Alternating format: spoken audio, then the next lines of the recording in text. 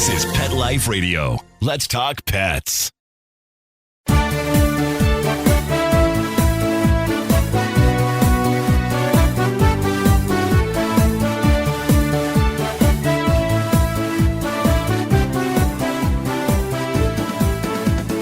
Hey, welcome to the Canine Master Radio Show. I'm your host, Chris Onthank, and today I'm joined by Jaimee Kelsey, the director of Dog on Smart, my canine center. Hi, hey, everyone. Jaimee, how are you? I'm wonderful. How are you doing today, Chris? I'm doing great. I'm great. We're going to have a really interesting show today discussing what happens when we add dogs to our family union or to our pack. We all know that dogs are such great companions, and there's almost nothing like that love and that loyalty and that joy that comes with companionship. But what's better than a dog? And how about 2 dogs or 3 dogs or even more dogs? At some point, every pet parent begins to ask themselves, hey, should we get another dog? Should I get one? So in today's topic of the show, Jaimee and I are going to talk about getting and what the thought process should be for you about getting a second dog or a third dog, whatever that may be, and what comes with that decision. What sort of questions should you be asking yourself? What kind of questions should we be thinking about and considering? Is it the right move for us and for you and your family? So Jaimee and I are going to dive into this topic from several different perspectives right after a word from our sponsors on Canine Master. Here's an alarming statistic. More than 2/3 of dogs and cats have oral health disease by the age of 3, and one of the indicators is bad breath. Do your pets have a healthy mouth? Do you cringe when it's time for a kiss or a snuggle? Let's get to the cause. Harmful bacteria in their mouth. And bad breath is just the start. The bad bacteria cause tartar and oral disease, which can lead to serious overall health problems. It's critical to make sure your pet's oral health is the best it can be, as good dental health is key to optimizing their overall health. Now, good news. It's easy and affordable to improve their oral health with Probiora Pet. Just 1 scoop of this dental care probiotic mixed into their food daily floods the mouth with positive bacteria, which crowds out the bad. This means better oral health and fresher breath. Probiora Pet is an all-natural dental care probiotic. It's odor and taste-free, so your pets will still enjoy their chow. We want to keep your pets healthy. During National Pet Oral Health Month, our listeners can save 10%. Go to probiorapet.com and use PLR10 at checkout. That's probiorapet.com. Use PLR10 at checkout to save 10%. Let's Talk Pets on PetLifeRadio.com.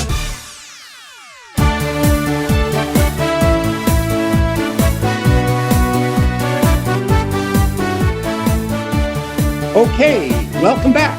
So Jaimee, is having more than 1 dog better? Well, it really depends. I have to tell you, as the training director doing phone consults, a lot of my day, families are calling me, asking me, should they get another dog? What kind of other dog? And there is so much to consider. Another thing is when I'm doing training behavioral consults, one of the first questions I ask is, do you have another pet in the family? Because the pack dynamic really contributes to the behavior of all of the dogs in the family. So there's a lot to consider. It depends on the breed, the savvy, the experience of the family, and what the reasons are for getting that second or third dog. It's such a huge consideration, and we have to take a look at what kind of dog do you have? What size dog do you have? What energy level does your dog have? A lot of people will do a big mistake. I mean, Jaimee and I recently have a client that got 2 puppies at once. Jaimee, you remember that case recently? Yeah. Yep. And it was a disaster. Well, they think, and that's what it is. I think it's being informed to make an educated decision. What's right for someone may not be right for someone else, but there's a lot of clients who get litter mates and they call me and say, we've just gotten 2 puppies, 2 litter mates. And that really changes the training dynamic. And you really need to go in with your eyes wide open, knowing that relationship between the litter mates, how it's going to affect your family and why you're choosing to get litter mates. I think we have to get to why are they choosing that? And is there a better option? Yeah, I think that a lot of people, Jaimee, are thinking getting 2 dogs, 2 litter mates, they're going to keep each other company, when they go off to work. Right. And exercise each other. Yeah. And exercise each other. And, they're going to exhaust each other out. But the problem that we see with that is that basically the dogs end up bonding to each other. And that becomes the strongest bond. When we get a dog, one of the great things about getting a dog is that the dog becomes bonded with us. So if you get two dogs at one time, chances are you're not going to have that intimate relationship that you would have with just getting one puppy at a time. Well, yeah, and we see that a lot. The dogs bond with each other, and then the humans get frustrated that they're not listening to them or being responsive to them because the bond is so strong with the other puppy. It can compromise the relationship with the humans if you're not prepared and if you don't know, how to set yourself up for success. Yeah, I think that there are situations where getting two dogs at once can be in direct relation to livestock guardian dogs. A lot of breeders will recommend that you just can't get one livestock guardian dog. You have to get two so that they can sort of help each other figure things out and keep each other active. But those dogs literally live outside. So these are not companion dogs. Right. And that gets back to the why, so that's the reason. Yeah, exactly. So, I think that the other thing is that when you get two puppies out of the same litter at one time, good luck with how much work that will be. It is going to drive you nuts, is what I've seen. It just becomes overwhelming. Training two dogs, working with two dogs, taking two dogs on a walk, feeding two dogs. It can be overwhelming. So what do we think, Jaimee? We think getting one dog at a time. Yes. Again, so people say, well, I'm up, I'm feeding, I'm house training. I want two puppies. I might as well get two. Some recommendations are, okay, if you want two puppies, maybe get them from a different litter. Litter mates present their own challenges. But even if you do have your heart set on the same litter, then you have to look at, do I get two of the same gender? Do I get opposite genders? There's just a lot you have to consider. And I think it depends on your family, your situation. You want to consult with a reputable trainer and your vet, but we can go through and troubleshoot pros and cons of these scenarios. Yeah. Let's talk about this. So we're going to highly recommend in most pet situations that you get one puppy at a time and raise that puppy to an adulthood, bond with that puppy, train that puppy, make that puppy really bonded with you. Now, if you choose to get another dog, that older dog that you have can really help that new puppy learn new behaviors. It's through living with an older dog, they take that dog's cue. Right. It makes it easier on us. Yeah, it makes it so much easier. They actually observe the older dog, and it helps in the training process. It helps with the housebreaking. We all go outside to go to the bathroom, things like this. Yeah, it helps with establishing boundaries and structure. It's amazing how quickly a young pup will respect the boundaries of the older dog just by that instinctual body language. And so we try to replicate that with our actions with the puppy to establish those same boundaries. Yeah, it actually can help. But let's just talk about that for a second. So let's say you have an older dog and that older dog is not used to puppies. And you've raised that older dog. It could be a year old. It could be 5 years old. And you raise that older dog and he never really plays with other dogs. He's the only dog around. You guys don't go to the dog park. You don't have play dates. You don't go to a daycare center. And that dog really hasn't really socialized with other dogs. Well, now you get a young puppy. This is where we can start to see problems. And I had that situation recently when I got my new dog, Mystic. He's an Italian Maremma. You can follow that whole story on Instagram and on Facebook. On Instagram, it's at Canine Master, but check that out. I'm sort of talking about how I've introduced this new dog, this puppy, to my older pack. And we do this whole thing with my dog, Eloise, my Doberman. The Doberman did not get along with Mystic in the very beginning. It took me a tremendous amount of work to get them to get along. The Doberman was grouchy. The Maremma, Mystic, is unpredictable. Well, all puppies are unpredictable. So many times, dogs that are not socialized with puppies see them as threatening, and we can get into bad situations.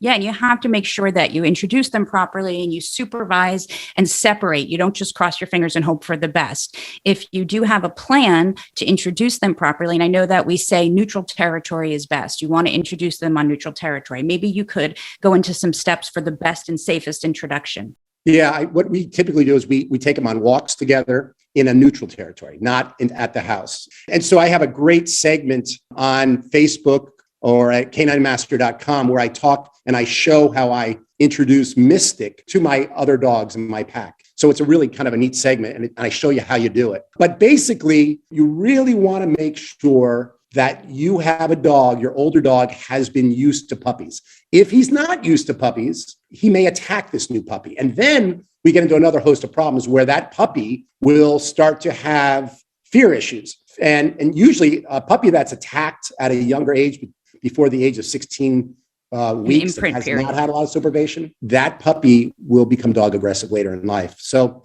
really recommend that you check out your older dog, see how it is around puppies. And if it's not good, there's another option. We can always maybe adopt an older dog and see that situation.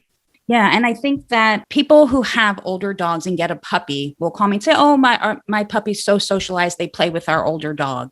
And I said, no, it is really important for puppies to socialize with other puppies because older dogs don't tolerate that nippy kind of hyper behavior that a puppy has. And they may be getting a lot of harsh corrections from the older dog. And it's so important that they learn appropriate play and how to use their mouth with like-minded puppies. So it's definitely not enough just to socialize your puppy with your older dog. You want to make sure that you have that individual opportunity for them to have puppy playtime.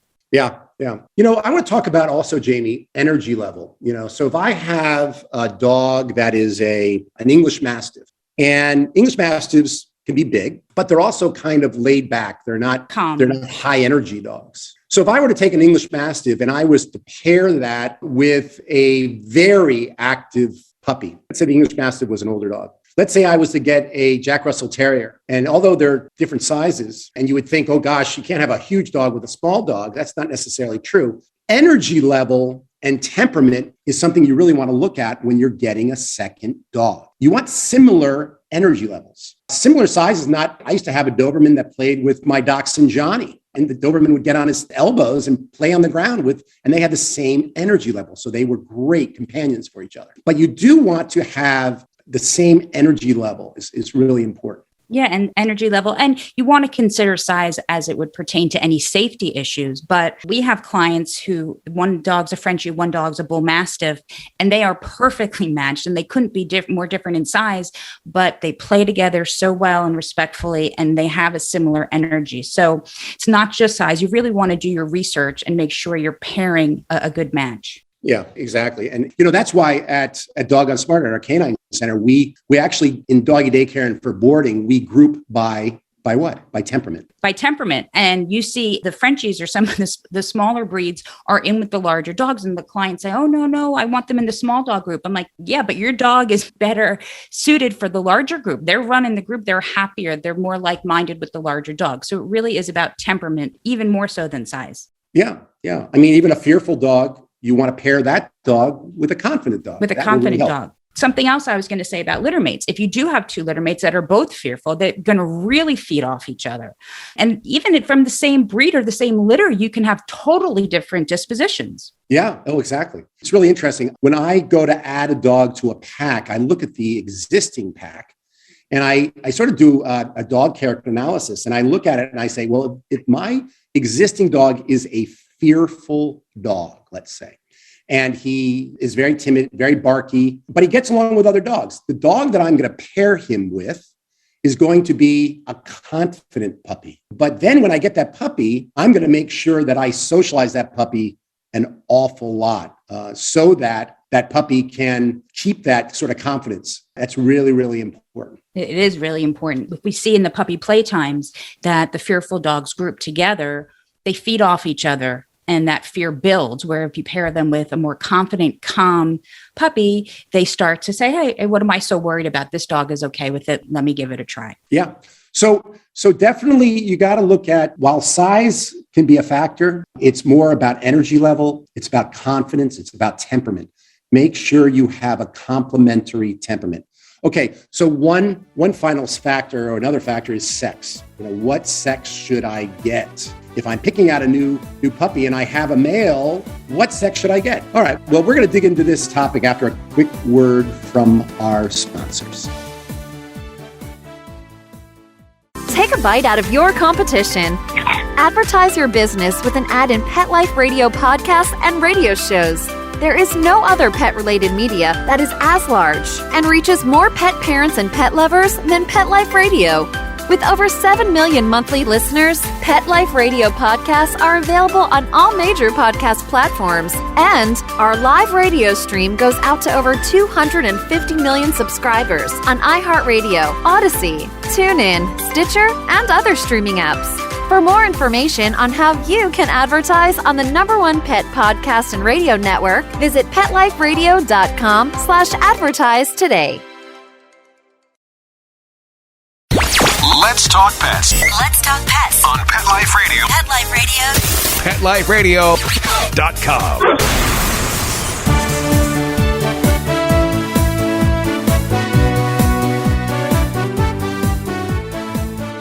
Okay, welcome back to Canine Master. We're talking about adding a second or third dog to our family and what that should look like and if that's a good idea for our particular pack.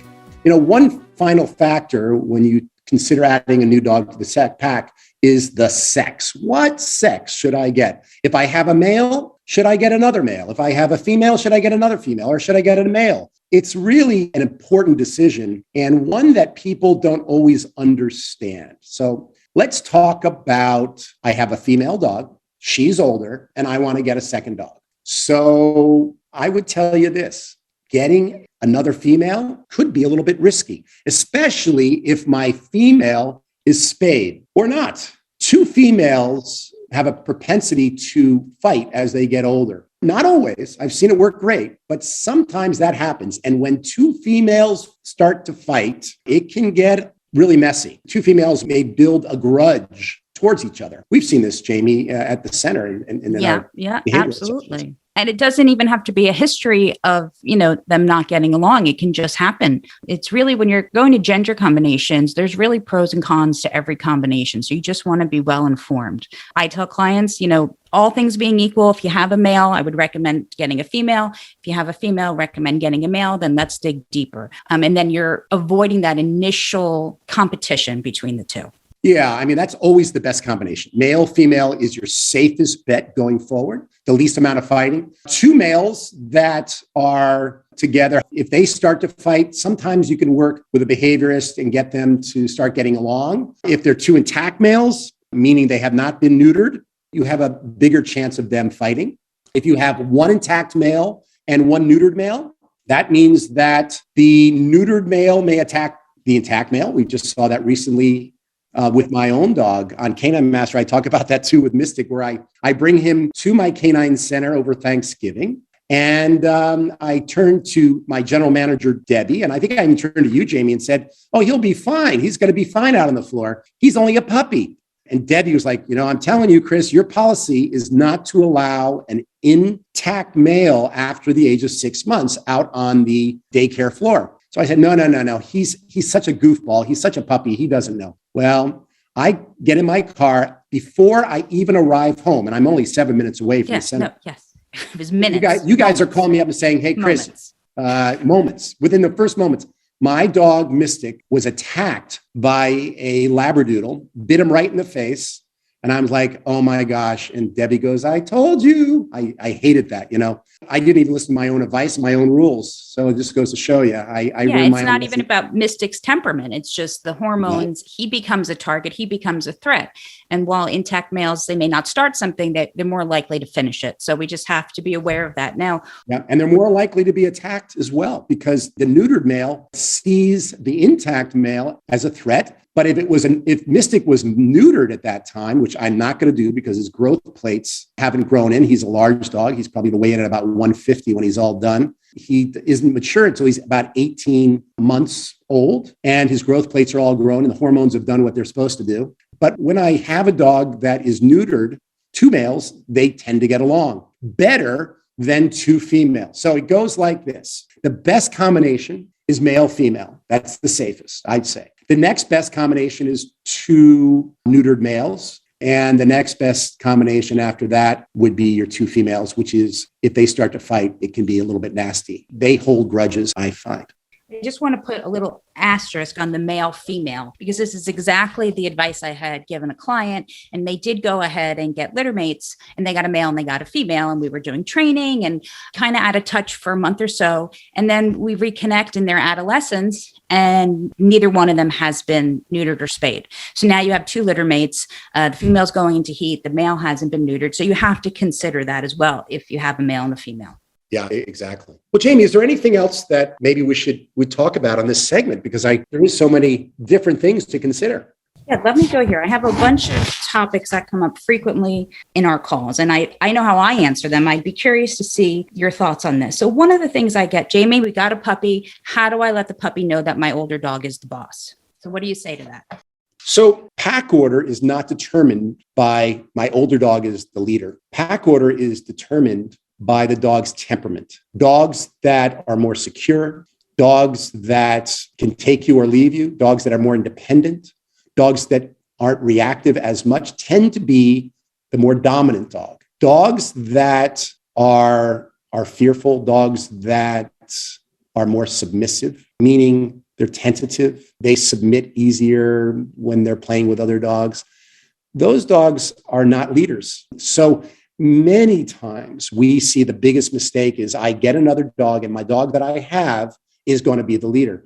Well, we really don't know that. You can't do it just because he was the first dog. You've got to look at the dog's temperament. Who and what is the leader in that pack or between the two of them? And then, and this is really, really hard, you need to support the more dominant dog to have tranquility in your pack.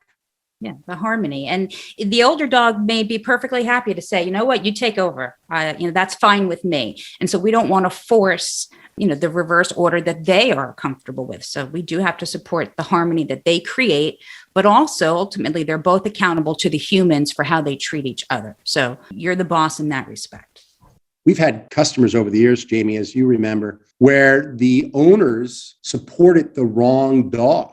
And it can create dogfights because what happens is the dog that's the most dominant sees you favoring the one that is not as dominant. And you know what? He wants to be the most dominant. So things like who goes out the door first. When you open up the door, the dog that races out door first is usually the dog that thinks he's in charge. The dog that greets first runs up to the door and is confident. The dog that stays back is usually the one that's not the more dominant. The one that is racing to the door, being pushy with that stranger at the door. That one is the confident dog. I'm trying to think of any other things. The dog that, let's say I have my older dog and I like to sleep with my older dog on the bed and keep him on the couch. But the new dog, which is more confident, I keep him off the furniture. So I keep him off the furniture and I keep my older dog on the furniture. Well, elevation is status to canines. The higher up they are, the more dominant they are. We see this all the time. So if you keep your older dog up on the furniture and then you keep the more dominant dog on the ground, you are going to create a possible issue in that household. You're going to create a tension. Yeah. On that note, another thing that comes up a lot is when I'm coaching on house training and I say, so where's your puppy's crate? Oh, well, I don't use a crate. Why not? Well, because my older dog doesn't have a crate and I feel bad. And I don't want, I feel bad that the puppy has to be in a crate when the older dog doesn't. And it's different kids, different rules. They've got to earn their freedom. So really no guilt when it comes to that. You have to do right by the puppy and they will understand and they will not feel sad or bad that the older dog has the privileges and freedoms they don't. It's most important to set them up for success. Yeah, exactly. Well, let's talk about that a little bit. So I have an older dog and I'm bringing home my puppy, or I'm bringing home an older adopted dog. If I'm bringing home an older adopted dog, the first thing I'm going to do is I'm going to introduce them in a neutral territory over several days, if possible. I may be taking them on walks. And the first place I let them free is going to be in a dog park, on a baseball fenced-in area, a tennis court. I'm going to introduce them off leash in a neutral territory. I probably am also going to leave a short sort of leash attached to I may cut like a 2-foot section of a leash, clip it onto both their collars so that I can control them if something happens. I'm also going to bring another person with me. That's important. So introducing older dogs that have not been around or met each other, never let the new dog come into the house and have that be their first meeting. That's a good way to start a dog fight. Go ahead and take them on a walk. Even if your dog is great with other dogs. Introduce them in neutral territories. Feed them in separate bowls. I'd even put them in separate rooms. Don't have them eat out of the same. And also pick up the food, whether they finished it or not, after 15 minutes. Because leaving food down, one goes over the other bowl and a dog fight starts. I would have their own toys. I'd have their own beds. They may eventually share a bed, but I would definitely let them have their own spaces. I think that's really important. Designated areas, and then they can share as they're comfortable, but not force sharing. Yeah, exactly. So then let's say I bring home a puppy. If I'm going to bring home a puppy to an older dog, the first thing I need to do is I got to make sure that older dog gets along with puppies and be sure of that. I am going to use an X pen, which is almost like a child's playpen. You can get those at your PetSmarts and Petco's or order those online from Chewy. What you're going to do is you're going to use the X pen with the puppy and put the puppy in the X pen first, and then let the older dog sort of go over and sniff and get to know him. Again, introduce them outside in a neutral area and watch your puppy. Your puppy needs to have manners, and a lot of older dogs get really fearful of the unpredictability of puppies. And as I said, you can watch that on caninemaster.com and check out Instagram, my posts on @caninemaster, and see how I introduce Mystic and Eloise, and the challenging time I had, but very rewarding. Getting 2 or more dogs, I got to be honest with you, is very rewarding. It was worth the extra work I had to do with Mystic and Eloise, my Doberman. And of course, Dave gets along with almost every dog. So that was fine. But, the thing is, I think that you need to consider all the things we're just talking about and really, really do your homework. Yeah, I think that clients we all want to do what's best for our dogs, and I'm very emotional about it. And I get questions a lot. Oh, my dog is getting older. Do you think it's a good idea to bring in a puppy to keep them youthful and keep them more agile and active? Or is my older dog going to feel like they're being replaced? And, so can you give some guidance to that question? Yeah, I think that in answer to that, I do see sometimes an older dog that likes other dogs gets a younger dog. He does give him a little bit more energy and a little bit more life. And maybe it does make that dog, the older dog, more playful. So I think that can be a good thing. Again, you need to look at energy level. So if I have an older dog and then I bring in a young puppy that is more of a hyperactive breed, or let's call it a high energy breed, that may not be the best mix. So I'm going to look for maybe a calmer breed. Then of course, I have an older dog. I will look at size here. If I have an older dog who's a little bit shaky on its legs, and then I go and I adopt a Great Pyrenees or a Bull Mastiff, and that one has high energy, that's going to be not a good mix, because your older dog is going to get maybe scared of that younger dog as it grows into his body. So again, size, temperament, breed, sex, when you're getting a new dog, the age of the dog. With an older dog, I definitely would be very careful. You might, with an older dog, consider a little bit of an older dog, adopt a dog that's a little bit older with the right temperament. See how they do in a neutral territory. Take your older dog to a dog park or somewhere, a canine center like ours, where we sometimes do that at Dog on Smart. And we're going to introduce an older dog with an adopted older dog and see how their temperaments mesh. If they get along there, chances are they'll probably get along when you get them home. So those are the kinds of things I would do. And you know what? I do see a lot. We have so many, thankfully, rescue dogs. And we are seeing so many of those rescue dogs successful in their transition to their new homes with other dogs, because they tend to feel more comfortable and secure around other dogs. And so that can be a real positive is in bringing a rescue dog home. We find that they really, really feel comfortable around other dogs when getting to know their human family. Yeah. Well, I think we've covered most of the bases here today, Jaimee. I do want to thank you on your great insight, and I'm hoping to get you back soon onto the show. Yeah, sure. My pleasure. Yeah, it was good. And this is such a really important topic. So, let us know if you have any questions, or, you can join the conversation as well. You can always email me at chris@caninemaster.com. Make sure to visit our website at caninemaster.com. That's caninemaster.com. That's CANINE master.com. You can always click on Ask the Canine Master a question. You can always leave your questions for me, and I'll do my best to get back to you. I might even get you on the show with your questions. So send me some of your videos and your photos so I can see what's going on and I can help you with your dog and help you fix your problem. Send us photos of your multiple dog families or pet families and your odd couple so we can see them. We love to see multiple dog households and how they live and interact with each other. Yeah, that'd be great. That would be great. Yeah, so send us those pictures. Okay, you guys, bye for now. I'll see you next time on Canine Master on Pet Life Radio, where I will continue to help you master the relationship with your dog. Take care. Let's Talk Pets, every week on demand, only on PetLifeRadio.com.